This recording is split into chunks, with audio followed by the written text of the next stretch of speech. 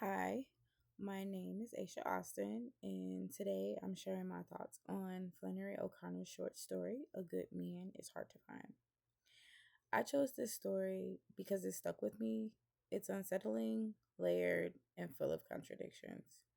The grandmother seems shallow and self centered at first, but in her final moment, something shifts. The moment made me want to understand the story more deeply. The plot follows a family road trip that ends in tragedy when they meet a criminal called the Misfit. The story is told in third person, mostly through the grandmother's point of view. The setting is in rural Georgia, which adds to the eerie and isolated feeling. The characters are flawed, complex, and especially the grandmother and the misfit. The tone is dark and ironic, and the theme includes morality, grace, and redemption. From my perspective, the story is more about how people change or don't when they face death. The grandmother spends most of the story trying to control others and hold on to her own superiority. But in her final moment, she reaches out to the misfit and calls him one of her own children. That gesture feels like a moment of grace.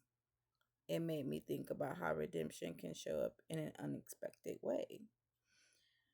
Flannery O'Connor's background helps us understand the story better. She was a Southern writer and a devout Catholic. Her stories often explore religious themes through violent or grotesque situations.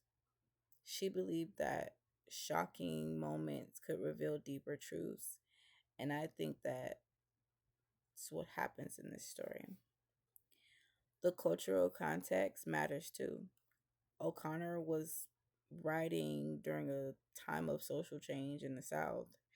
Her characters reflect the tension between old traditions and new realities, between surface level goodness and deeper moral struggles.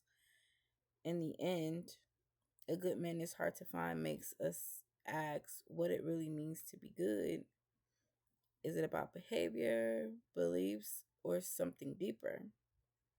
The story doesn't really give like the clear answer, but it does make you think. Why do writers, well, what I thought mostly was, most of the time when writers are writing, they try to show growth in the character.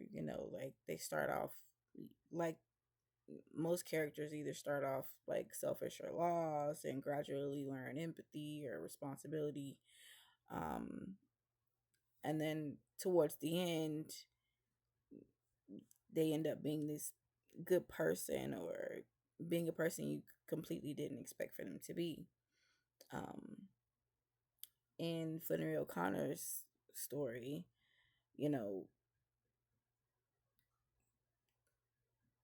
doesn't hand us a neat definition of what it means to be good, but that's exactly the point. Basically, the story challenges superficial ideas and goodness by shadowing how characters talk about morality, but rarely live it. Um, like the grandmother, for instance, she constantly calls people good based on like being charming and having manners and social class, and but she's also manipulative and judgmental, and she's dishonest. Like when she hides the cat or lies about the house with the secret panel. In the Misfits moral complexity, you have he's a killer, um, but he's also thoughtful and nice, and he questions whether there's any real meaning to life, or just is saying things like Jesus Jesus thrown everything off balance. Ironically, he's more honest about his beliefs than the grandmother is. Um, but then you have that moment of grace Like right before she dies, the grandmother reaches out to the misfit and she calls him one of her own. That moment, is often seen as like her first act of like real compassion and honestly, maybe even like a spiritual clarity. Never know, So, so here you have O'Connor, who's deeply religious. She believed that grace could appear in the darkest moments. And then acts rather being good is about appearance, beliefs, or actions, and rather anyone can truly be good without divine grace. Um,